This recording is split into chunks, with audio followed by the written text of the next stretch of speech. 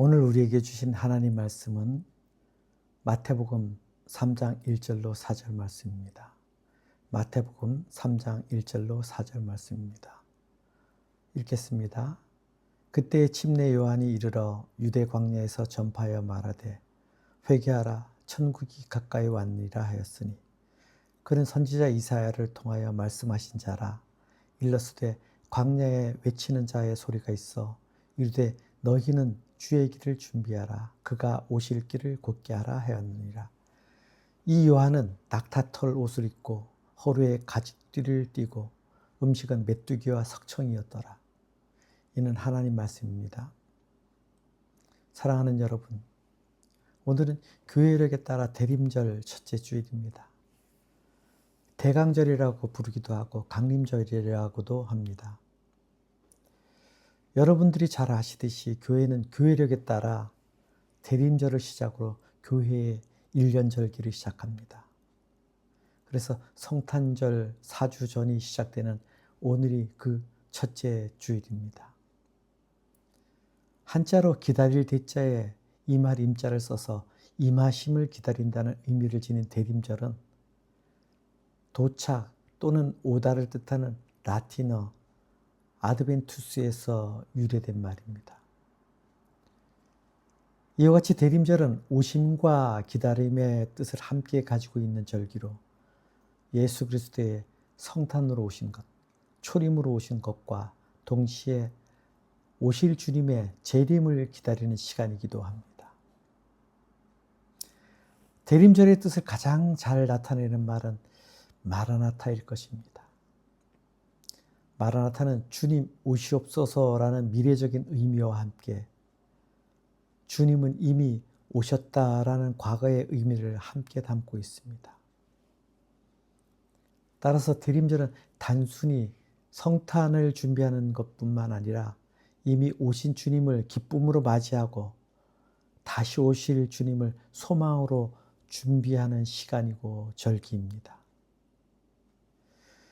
이와 같이 이미 오신 주님을 기뻐하고 다시 오실 주님을 준비하는 절기인 대림절은 2000년 전 주님이 오신 당시와 오늘의 현실은 많은 차이가 있습니다.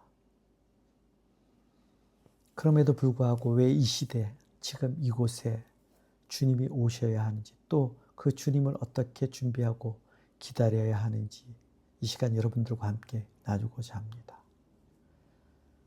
이를 위해서 우리는 대림절 4주 동안에 세례 요한, 마리아, 이사야 이 세 인물을 통해서 주님 오심을 준비하는 음성을 듣게 됩니다. 그리고 그 첫 번째 인물이 오늘 여러분과 함께 살펴볼 세례 요한입니다. 그래서 첫 번째 메시지는 세례 요한을 통해 듣는 대림절의 첫 목소리입니다. 세례 요한 당시 유대 땅은 로마의 분봉왕들에 의해서 통치되었는데 당시 이스라엘 백성들은 경제적인 착취와 종교적 압제로 인해서 그 고통으로 인한 신음과 절망이 가득한 때였습니다. 그때 후련히 낙타털을 옷을 입고 허리에 가죽띠를 띤 범상치 않은 외모의 세례 요한이 유대 광야에 등장하여 이스라엘 백성들에게 외치기 시작합니다. 그것이 마태복음 3장 2절에 회개하라 천국이 가까이 왔느니라 고 외쳤습니다. 비록 외적인 형식을 통한 회개의 수단으로 물세례를 택하였지만 이를 통하여 오실 주님을 마음과 삶으로 준비할 것을 외쳤습니다. 세례 요한은 회개를 삶으로 준비하게 하는 물세례를 전하며 메시아의 길을 준비하였습니다. 그는 이사야서 40장 3절에 외치는 자의 소리여 이르되 너희는 광야에서 여호와의 길을 예비하라 사막에서 우리 하나님의 대로를 평탄하게 하라고 이사야 선지자가 예언하였듯이 메시아의 길을 준비하는 것이 자신에게 맡겨진 하나님의 사명임을 받아들였고 그 예언을 성취한 자였습니다. 마태복음 3장 11절에 나는 너희로 회개하게 하기 위하여 물로 침례를 베풀거니와 내 뒤에 오시는 이는 나보다 능력이 많으시니 나는 그의 신을 들기도 감당하지 못하겠노라. 그는 성령과 불로 너희에게 침례를 베풀 것이요. 라는 말과 같이 세례 요한은 철저하게 메시아의 길을 닦는 자의 역할이 자신의 삶의 목적임을 천명하고 실천한 인물이었습니다. 오직 하나님의 길을 준비한 인물이었습니다. 그래서 두 번째 메시지는 세례 요한이 대림절의 핵심 인물인 이유입니다. 세례 요한이 대림절에 선포되는 목소리의 핵심 인물로서 중요한 이유를 신학자 로버트 웨버는 4가지 포인트로 설명을 합니다. 첫째는 세례 요한의 말과 삶이 일치된 회개의 선포입니다. 세례 요한은 말뿐만 아니라 삶을 통해서 사람들에게 회개할 것을 촉구하였습니다. 그의 죄와 세상으로부터 철저히 분리된 광야에서의 삶이 그랬고 낙타떨 옷을 입고 허리에 가죽띠를 띠고 메뚜기와 석청을 먹고 사는 그의 삶은 탐욕의 절제, 세상의 풍요와 화려함으로부터 자기 욕심을 비운 케노시스의 자기 비움의 삶 그 자체였습니다. 오늘날 한국교회를 비롯한 모든 교회가 그리고 성도들이 마주하고 있는 가장 큰 문제는 말과 삶의 불일치입니다. 회개는 말하지만 삶의 변화가 없다는 것입니다. 다시 말해 입술의 회개가 삶의 변화로 이어지지 못하는 것이 오늘날 교회의 가장 큰 사회적 신뢰도의 추락 요인이라는 것입니다. 회개는 헬라어로 메타노에오, 히브리어로 슈브 또는 테슈바로 돌아오다, 회복하다, 돌이키다는 뜻입니다. 그러므로 회개한다는 것은 죄를 향해 가던 길을 멈추고 하나님께로 돌이킨다는 뜻입니다. 그래서 하나님을 향해 죄송한 마음을 품고 후회의 눈물을 흘리는 것만으로는 회개가 될 수 없습니다. 삶의 모든 방향을 하나님께로 돌이켜야 할 자리, 멈춰야 할 자리, 다시 세워야 할 자리로 돌아가는, 돌이키는 실제적인 변화가 있어야 합니다. 무엇보다 중요한 것이 삶의 방향인 것입니다. 우리는 보통 방향을 바꾸기보다는 방법을 바꾸는 것을 좋아합니다. 삶에서 중요하게 생각하는 가치나 태도의 방향은 그대로 고집하면서 고수하면서 기도나 묵상이라는 방법이나 수단을 다르게 해보는 것입니다. 써보는 것입니다. 사용하는 것입니다. 그러나 이런 방식으로는 결코 천국을, 하나님 나라를 경험할 수 없습니다. 방법을 바꾸는 것이 아니라 방향을 바꿔야 하는 것입니다.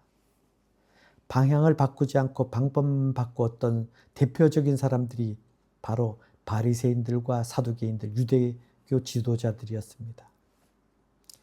세상의 가치, 자신의 이익과 탐욕을 최우선 가치로 여기는 삶의 방향은 바꾸지 않은 채 그대로 두고 제사와 율법 그리고 기도의 방법들을 바꿔가며 자신들의 탐욕을, 욕망을 채우기에 급급했습니다. 그래서 선지자 이사야와 세례 요한의 목소리는 모든 믿는 자들에게 하나님께로의 회복 그리고 회개를 요청하고 있는 것입니다.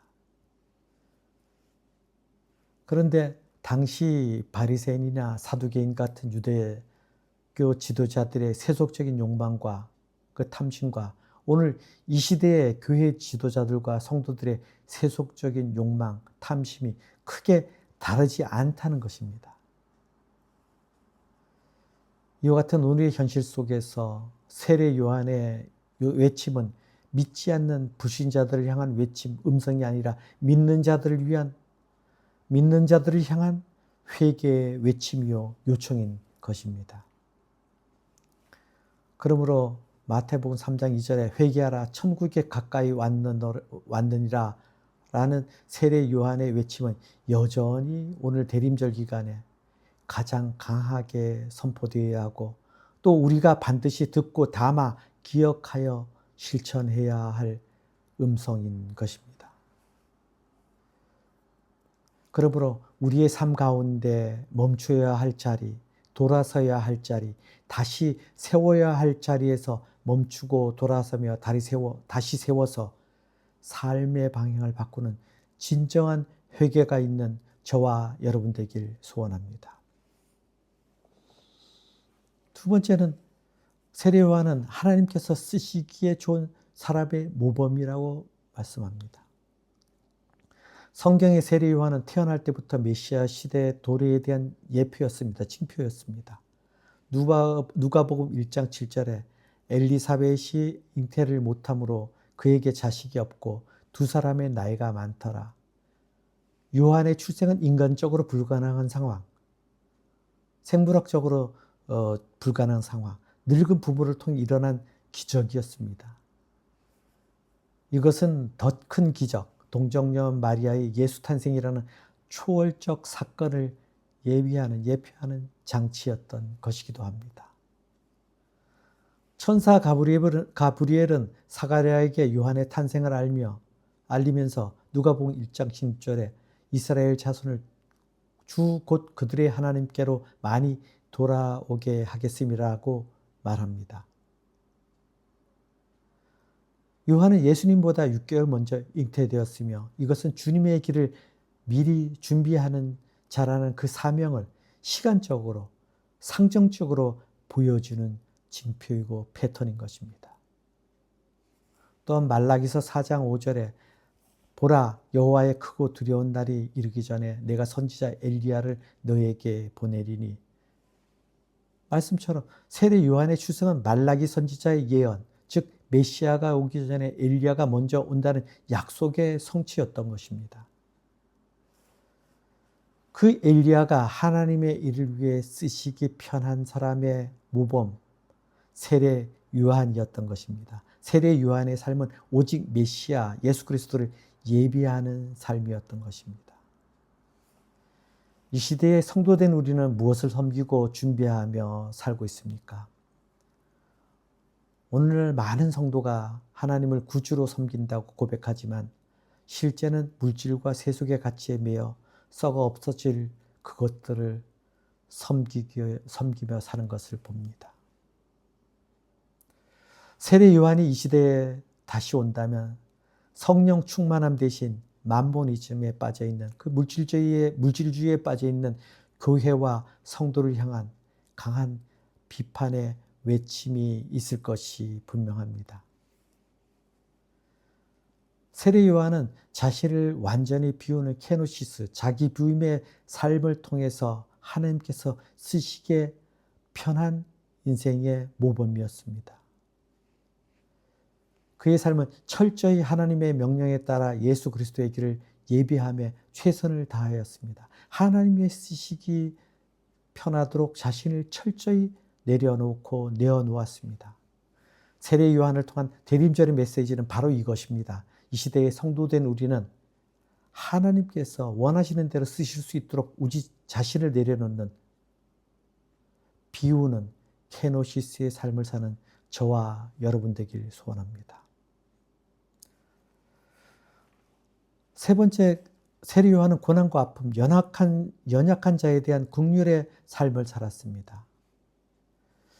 세례 요한은 누가복음 3장 10절과 11절에 우리가 무엇을 하오리까라는 군중들의 질문에 옷 두 벌이 있는 자는 옷 없는 자에게 나눠줄 것이요 먹을 것이 있는 자도 그렇게 할 것이니라 라는 대답으로 우리가 어떻게 대림절을 준비해야 하는가의 실천 방향을 제시합니다.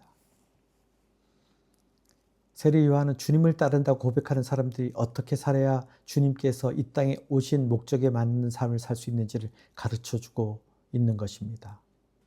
세례 요한은 고난과 아픔 그리고 헐벗고 연약한 자들을 긍휼히 여기라고 말합니다. 만모니즘, 물질주의의 세속의 가치에 매몰되어 하나님께로부터 거저받은 물질의 축복을 이웃들에게 베풀지 않는 것은 대림절의 메시지와 상반되는 것이요 거리가 멀다는 것을 말씀하고 있는 것입니다. 성탄절은 선물의 계절입니다. 하나님께서 예수님을 우리에게 선물로 주셨듯이 성도된 우리도 거저받은 구원의 은혜라는 선물을 그 고난과 아픔 그리고 헐벗고 연약한 자들에게 나누며 베푸는 삶을 살아야 하겠습니다. 네 번째로 세례 요한의 삶은 그리스도만을 높이는 본보기의 삶이었습니다. 세례 요한의 삶은 우리가 그리스도와 어떤 관계를 맺고 살아야 하는지를 잘 보여줍니다. 세례 요한의 신앙 고백은 명확합니다. 요한복음 3장 30절에 그는 흥하여야 하겠고 나는 쇠하여야 하리라 하니라. 말씀처럼 그의 하나님과의 관계, 삶의 목표는 오직 그리스도만을 높이는 것이었습니다. 세례 요한의 모습에서 자신의 유익을 위한 어떠한 것도 드러나지도 나타나지도 않았습니다. 성경이 증언하고 있는 세례 요한의 삶은 출생부터 순교하기까지 철저하게 하나님의 일을 행함에 있었습니다. 자신의 존재 이유가 그리스도의 길을 예비함에 있음을 잘 알고 실천한 인물이었습니다. 그의 삶은 자신의 명예와 유익이 아니라 오직 예수 그리스도의 영광만 드러내기 위한 것이었습니다. 이 같은 모습은 많은 기독교 그림, 성화에서 볼 수 있는데 그중 마티아스 그리네발트의 이젠하임 재단화가 대표적인 작품입니다. 이 성화에서 세례 요한이 십자가 아래에서 예수님을 손가락으로 가리키는 모습과 함께 요한복음 3장 30절 말씀 그는 흥하여야 하겠고 나는 쇠하여야 하리라는 라틴어 문구가 쓰여져 있습니다. 바로 이것이 세례 요한의 삶이 오직 예수 그리스도의 영광만을 드러내기 위한 것이었음을 상징합니다. 세례 요한을 통해 성도된 우리의 삶도 우리가 드러나기 위한 삶이 아닌 우리의 삶의 모습을 통해 그리스도의 영광이 드러나는 삶을 살아야 함을 말씀하고 있습니다. 이와 같은 세례 요한의 삶을 통해서 우리는 대림절 신앙의 핵심을 배웠습니다. 먼저 회개하여 깨어있음으로 성탄의 초림으로 오신 주님과 재림으로 다시 오실 주님 되시는 마라나타 주님의 길을 준비하는 삶을 살아야 한다는 것입니다. 그리고 하나님께서 쓰시기에 편한 사람으로서 자신을 비우고 낮추어 하나님의 영광을 드러내는 삶을 살아야 합니다. 그리고 고난과 아픔 가운데 있는 자, 연약한 이웃을 사랑으로 섬기는 선행으로 선한 영향력을 흘려보내는 삶을 살아야 하겠습니다. 말씀을 마무리합니다. 대림절은 단순한 성탄을 준비하는 기간이 아닙니다. 우리의 삶을 다시 주님의 절기에 맞추어 새로운 시작을 하는 시간입니다. 오직 예수 그리스도를 위해서만 살았던 겸손한 세례 요한의 모습은 오늘 교회와 성도된 우리가 기억하고 닮아가야 할 모습입니다. 오늘 세례 요한의 회개하라 천국이 가까이 왔느니라 이 말씀을 이렇게 다시 읽습니다. 하나님 나라는 언제든 돌이키기만 하면 손에 닿을 정도로 가까운 곳에 있다. 지금이라도 돌이키면 하나님 나라를 경험할 수 있다고 말입니다. 그러므로 우리의 삶의 자리에서 돌이켜야 할 그리고 멈춰야 할 다시 세워야 할 것이 무엇인지 깨달아 새로운 한 주 방법을 바꾸는 삶이 아니라 방향을 바꾸는 삶으로 하나님 나라를 경험할 수 있는 저와 여러분 되길 소원합니다.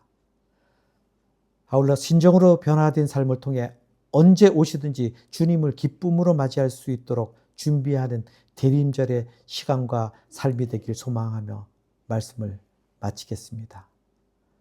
아멘.